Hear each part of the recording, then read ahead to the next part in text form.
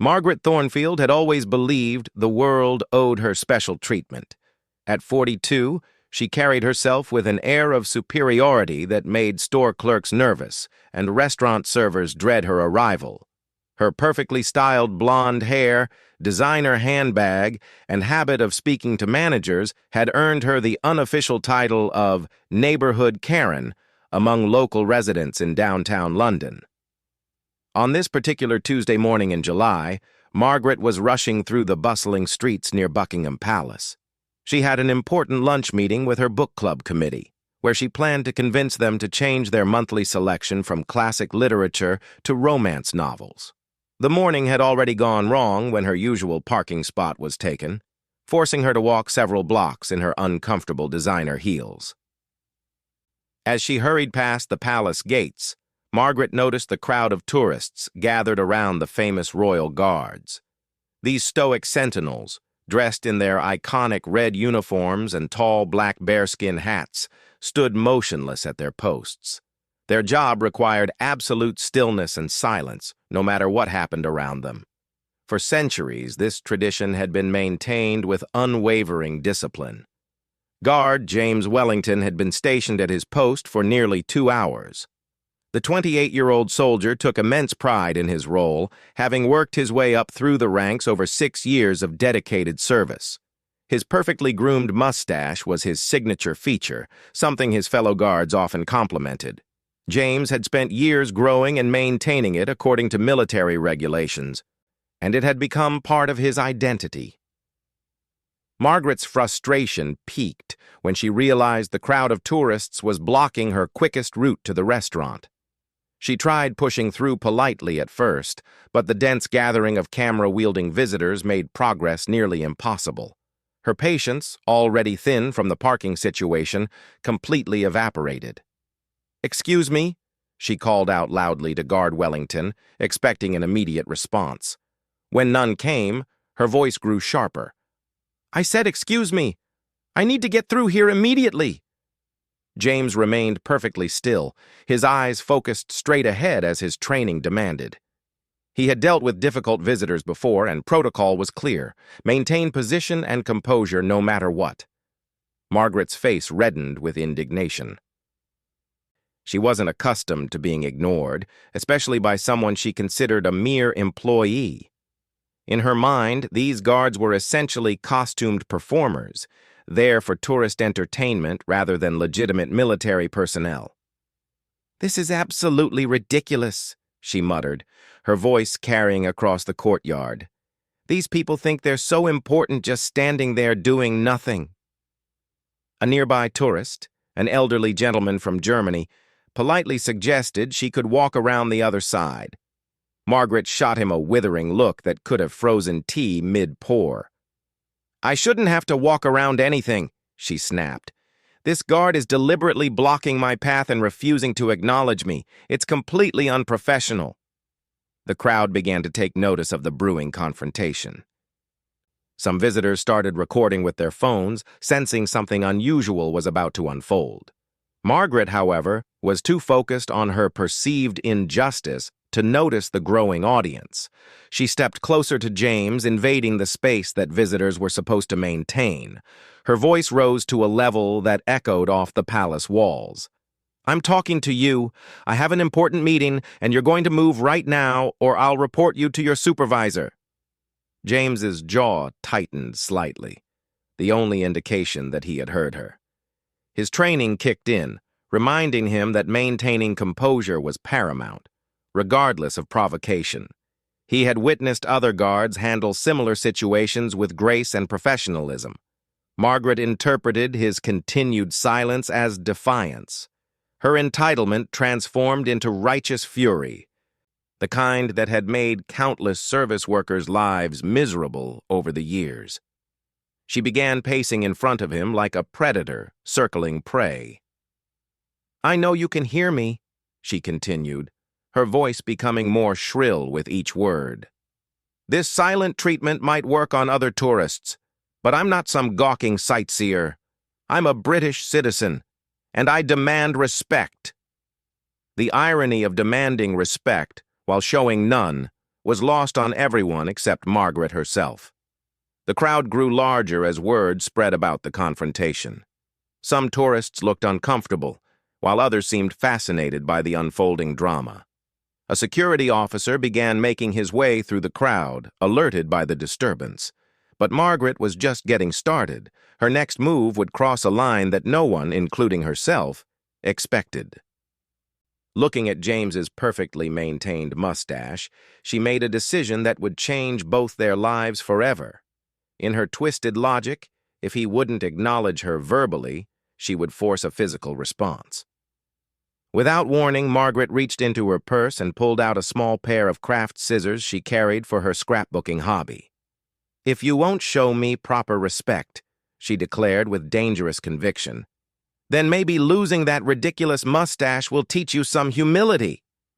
The crowd gasped as Margaret lunged forward with the scissors. James, despite his training, was caught completely off guard by the unprecedented attack. In one swift motion, she managed to snip off a significant portion of his carefully maintained mustache before security could react. The aftermath was immediate chaos. James broke protocol for the first time in his career, his hand instinctively moving to his face in shock and disbelief. The crowd erupted in a mixture of gasps, shouts, and camera flashes. Security officers rushed forward to restrain Margaret, who seemed surprised by the magnitude of reaction her actions had caused. "It's just facial hair," she protested as handcuffs were applied. "It's not like I hurt him permanently." But Margaret had no understanding of what she had actually done. She had not only assaulted a member of the Royal Guard, but had also destroyed something that held deep personal and professional significance for James. His mustache wasn't just facial hair, it was a symbol of his military pride and personal identity. As she was led away by security, Margaret remained convinced that everyone else was overreacting. In her mind, she was the victim of an unfair system that didn't recognize her importance. She had no idea that her actions had been recorded by dozens of tourists and would soon spread across social media platforms worldwide. James, meanwhile, stood at his post with his hand still touching his partially shaved face, trying to process what had just happened. His fellow guards looked on with a mixture of sympathy and outrage. In all their years of service, none had witnessed such a brazen attack on their dignity and tradition. The incident would mark the beginning of consequences that Margaret never saw coming, and a journey that would teach her the true meaning of humility in ways she never imagined possible. Within hours of Margaret's arrest, the footage of her attack on Guard Wellington had spread across every major social media platform. The video, captured from multiple angles by shocked tourists, showed the entire confrontation in crystal-clear detail. Margaret's entitled behavior, her escalating demands, and the shocking moment she cut James's mustache had been preserved for the world to see. Detective Inspector Sarah Chen was assigned to the case that afternoon. A 15-year veteran of the Metropolitan Police, she had handled numerous assault cases. But this one was unlike anything in her experience. The combination of the victim being a Royal Guard and the bizarre nature of the attack had drawn attention from the highest levels of law enforcement. Margaret sat in the interview room at New Scotland Yard, still maintaining her innocence despite overwhelming evidence. She had been granted bail but was facing serious charges, including assault, criminal damage, and disturbing the peace. Her husband, Robert, sat beside her looking mortified by his wife's actions. "Mrs. Thornfield," Detective Chen began, reviewing the case file, "do you understand the severity of what you've done? You assaulted a member of Her Majesty's Royal Guard while on duty." Margaret crossed her arms defensively. "I barely touched him. It was just a little trim.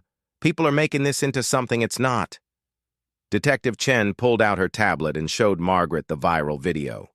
The footage had already been viewed over 2 million times across various platforms. Comments ranged from outrage to disbelief, with many calling for serious consequences. "This little trim, as you call it, has been seen by millions of people worldwide. You've embarrassed not only yourself but the entire country. Foreign news outlets are covering this story." Margaret's face paled as she watched herself on screen. For the first time, she was seeing her actions from an outside perspective. The woman in the video looked unhinged, entitled, and completely out of control. But her pride wouldn't let her admit wrongdoing. "Those guards are supposed to interact with the public," she insisted. "He was being deliberately rude by ignoring me." Detective Chen sighed. "Mrs. Thornfield, Royal Guards are trained to maintain their position regardless of distractions. They're not tour guides or customer service representatives. They're active military personnel performing a ceremonial duty that dates back centuries." Meanwhile, across London, James Wellington was dealing with his own challenges. The partial loss of his mustache had created an immediate practical problem. He couldn't perform his guard duties with an uneven, damaged appearance. Military regulations were strict about grooming standards, and his current state violated protocol. Captain William Hayes, James's commanding officer, called him into his office that morning. The captain had served alongside James for 3 years and had deep respect for the young guard's dedication and professionalism. "Soldier, I'm sorry this happened to you," Captain Hayes said, gesturing for James to sit. "This attack was completely unprecedented and absolutely unacceptable." James touched his face self-consciously. "Sir, I know I can't return to duty looking like this. I'm prepared to accept whatever consequences are necessary." "This wasn't your fault, Wellington. However, you're correct that regulations require proper grooming. We'll need you to shave the mustache completely and take some time off while we handle the legal proceedings." The news hit James harder than he expected. His mustache had taken 3 years to grow and perfect. More than just facial hair, it represented his commitment to military excellence and personal pride. Having to remove it felt like losing part of his identity. Back at the police station, Detective Chen was building her case. Security footage from multiple cameras around Buckingham Palace provided a complete timeline of events. Witness statements from tourists painted Margaret as the clear aggressor. The evidence was overwhelming, but Margaret's lawyer was advising her to plead not guilty. "Your Honor," Margaret's solicitor addressed the magistrate during her first court appearance, "my client was experiencing a moment of frustration and poor judgment. She deeply regrets her actions and is willing to make amends." The prosecutor, however, painted a different picture. "Your Honor, this was not a moment of poor judgment. The evidence shows a pattern of escalating aggressive behavior culminating in an unprovoked assault on a member of the Royal Guard. Mrs. Thornfield showed no remorse at the scene and continued to justify her actions during police questioning." Magistrate Eleanor Webb had presided over thousands of cases during her career, but this one presented unique circumstances. The international attention alone made it significant. But the nature of the crime against such an iconic British institution elevated its importance. "Mrs. Thornfield," the magistrate addressed Margaret directly, "do you understand that Royal Guards are not performers or actors? They are trained soldiers performing sacred duties that represent the crown itself?" Margaret fidgeted in her seat. The weight of the courtroom, the media attention, and the serious faces surrounding her was finally beginning to crack her confident facade. I understand that now, Your Honor," she replied quietly. As Margaret's case progressed through the legal system, the public reaction continued to intensify. Social media users had dubbed her Mustache Karen, and memes featuring her angry face circulated endlessly. News outlets from around the world had picked up the story, with headlines ranging from "American Tourist Attacks Royal Guard" to "Entitled Woman's Shocking Assault Goes Viral." The Tourism Board expressed concern about the incident affecting London's reputation, while military historians called it one of the most disrespectful acts ever committed against the Royal Guard in modern times. Petitions demanding serious punishment for Margaret gathered thousands of signatures. James, meanwhile, was struggling with the aftermath in ways he hadn't expected. The clean-shaven face looking back at him in the mirror belonged to a stranger. His fellow guards offered support, but he felt somehow diminished, as if Margaret had stolen more than just facial hair. His girlfriend, Emily, tried to comfort him. "It's just temporary, James. It will grow back. And this whole thing will be forgotten." "It's not about the mustache growing back," he replied, touching his bare upper lip. "It's about what she took from me. My dignity, my pride in my appearance, my confidence. She treated me like I was nothing, like my service meant nothing." Emily could see the deeper impact of Margaret's actions. This wasn't just about physical appearance, it was about respect, tradition, and personal violation. As Margaret's trial date approached, her lawyer delivered sobering news. The Crown Prosecution Service was seeking the maximum penalty, and given the international attention and symbolic nature of the crime, a jail sentence was likely. "But it was just scissors and hair," Margaret protested during a meeting with her legal team. "Mrs. Thornfield," her solicitor explained patiently, "this was assault on a member of the armed forces while performing ceremonial duties. The symbolic importance cannot be overstated. You've become the face of tourist misconduct in Britain." For the first time since the incident, Margaret began to understand that her actions would have consequences far beyond anything she had imagined. The entitled woman who had demanded respect while showing none was about to learn a lesson in humility that would change her life forever. The stage was set for a confrontation that would determine not only Margaret's fate, but also send a message about respect, tradition, and the consequences of entitled behavior. What Margaret didn't know was that her punishment would involve a twist of irony that would make her ordeal even more publicly humiliating than she could have ever imagined. 3 weeks after the incident, Margaret Thornfield found herself back in the magistrate's court for sentencing. The courtroom was packed with reporters, curious onlookers, and even some tourists who had witnessed the original confrontation. Judge Eleanor Webb had reviewed all evidence and victim impact statements, including a particularly moving letter from James Wellington about how the attack had affected his military service and personal confidence. Margaret's solicitor made one final plea for leniency.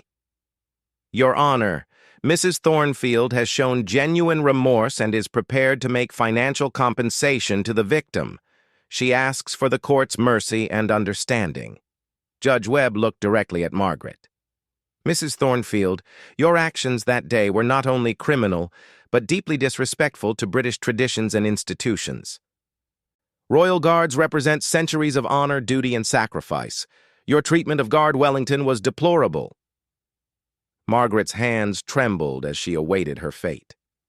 The past weeks had been a nightmare of media attention, social media ridicule, and growing legal bills. Her book club had quietly asked her to step down, and several neighbors had stopped speaking to her family. "However," Judge Webb continued, "I believe in restorative rather than purely punitive justice. You will serve 90 days in prison, pay a fine of £5,000, and complete 200 hours of community service." Margaret felt a mixture of relief and dread. Prison time, even 3 months, was terrifying, but it could have been much worse. "Additionally," the judge added with a slight smile that made Margaret nervous, "your community service will be performed at the Tower of London, working with the yeoman warders in tourist education. Perhaps close contact with British military tradition will teach you the respect you clearly lack."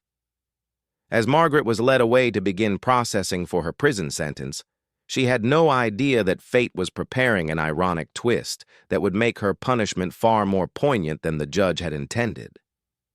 2 months into her sentence, Margaret was adjusting to prison life at HMP Bronzefield. The other inmates had quickly learned about her viral fame, dubbing her Mustache Karen, just like the outside world. Some found her story amusing, while others were less kind about her entitled behavior. Margaret's cellmate was a woman named Rosa, serving time for fraud. Rosa had taken to styling Margaret's hair each morning, as the prison's basic facilities made maintaining her usual appearance impossible. "You know," Rosa said one morning while brushing Margaret's increasingly unruly hair. "Prison isn't great for hair care. The water's hard, the products are cheap, and stress makes everything worse." Margaret touched her hair self-consciously. It did feel different, drier, more brittle. The perfectly maintained blonde locks she had prided herself on were starting to show signs of neglect despite Rosa's efforts. "It's just temporary," Margaret replied, though she was beginning to worry about her appearance. What Margaret didn't know was that she was experiencing the early stages of telogen effluvium, a condition where severe emotional stress causes hair follicles to enter a resting phase, leading to significant hair loss weeks later. The trauma of arrest, public humiliation, legal proceedings, and imprisonment had triggered a biological response that would soon become devastatingly apparent. 3 weeks before her release, Margaret woke up to find clumps of hair on her pillow.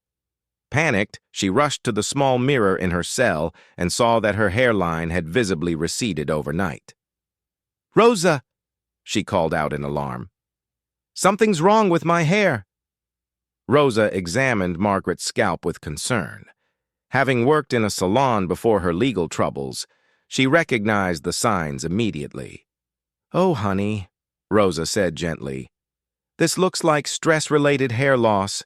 Prison, court, all that pressure. It's finally catching up with you physically." Over the next 2 weeks, Margaret's condition worsened dramatically. Large patches of scalp became visible as her hair fell out in alarming quantities. The prison medical staff confirmed Rosa's assessment. The stress of her ordeal had triggered significant alopecia. Dr. Patricia Mills, the prison physician, explained the situation during Margaret's medical consultation. "Mrs. Thornfield, extreme stress can cause this type of hair loss. The good news is that it's often temporary, but recovery can take months or even years." Margaret stared at her reflection in the medical office mirror. The woman looking back had sparse, patchy hair that made her look decades older and completely unrecognizable from the confident person who had attacked James Wellington. "How long until it grows back?" she asked desperately. "It varies greatly between individuals. Some people recover within 6 months. Others take much longer. In severe cases like yours, complete recovery might take several years, and some areas might never fully restore." The irony was not lost on Margaret. She had attacked a man's facial hair out of spite and entitlement, and now she was losing her own hair due to the consequences of her actions. The universe seemed to be delivering a lesson in empathy through the cruelest possible mirror. When Margaret was released from prison, she was nearly unrecognizable. Her once proud blonde hair had been replaced by thin, patchy strands that barely covered her scalp. She had taken to wearing headscarves and hats, but nothing could hide the dramatic change in her appearance. Her first stop after release was the Tower of London to begin her community service. Ironically, she would be working alongside the very military tradition she had disrespected. The yeoman warders, known as beefeaters, were former military personnel who served as ceremonial guardians and tour guides. Chief Yeoman Warder Thomas Hartwell briefed Margaret on her duties. "Mrs. Thornfield, you'll be helping with tourist education, cleaning, and administrative tasks.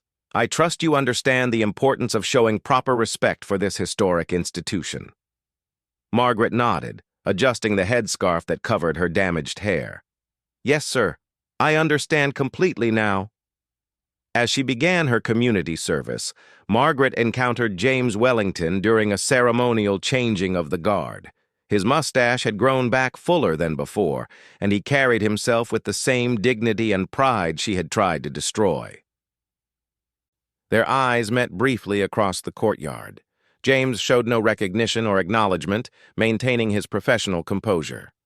But Margaret felt a crushing wave of shame and regret that brought tears to her eyes.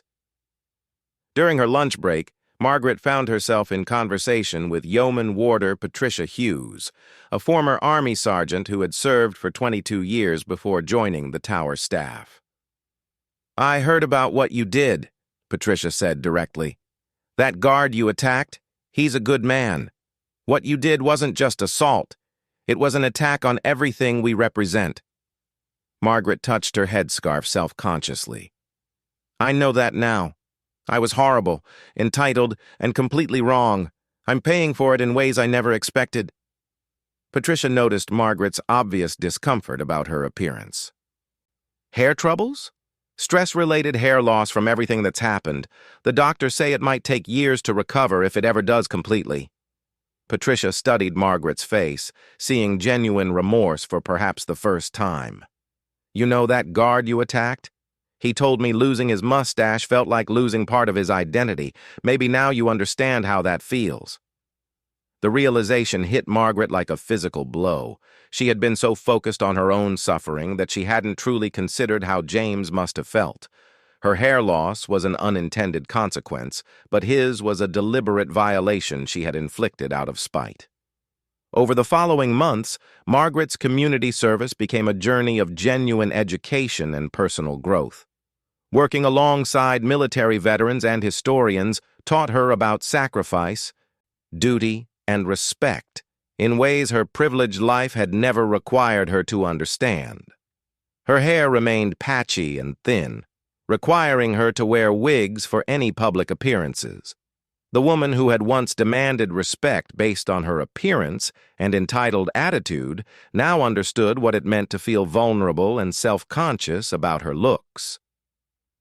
6 months after completing her sentence, Margaret encountered James Wellington again, this time at a charity event supporting military families. Summoning courage she didn't know she possessed, she approached him during a quiet moment. "Guard Wellington," she said softly, "I know I'm probably the last person you want to see, but I needed to apologize properly." James turned, his expression carefully neutral. His mustache was fuller than ever, perfectly groomed according to military standards. "I was entitled, disrespectful, and cruel," Margaret continued, her voice breaking slightly. "I attacked something you took pride in, something that was part of your identity. I understand now how that feels, and I'm truly sorry." James studied her face, noting the obvious signs of stress and the carefully arranged scarf covering her head. "Thank you for saying that," he replied simply. "I accept your apology." Margaret nodded, tears in her eyes. "I hope someday I can earn back even a fraction of the respect I threw away that day." As she walked away, Margaret reflected on the journey from entitled aggressor to humbled human being. Her physical transformation had been dramatic and painful, but the internal changes were even more profound. She had learned that respect must be earned, not demanded, and that actions have consequences far beyond what we might imagine. The woman who had once believed the world owed her special treatment had discovered that true dignity comes not from demanding respect, but from showing it to others. Her viral infamy had faded, replaced by a quiet determination to rebuild her character along with her appearance. Margaret's story became a powerful reminder that empathy is often learned through experiencing our own vulnerability, and that sometimes the universe provides exactly the lessons we need, even when they come in forms we never expected.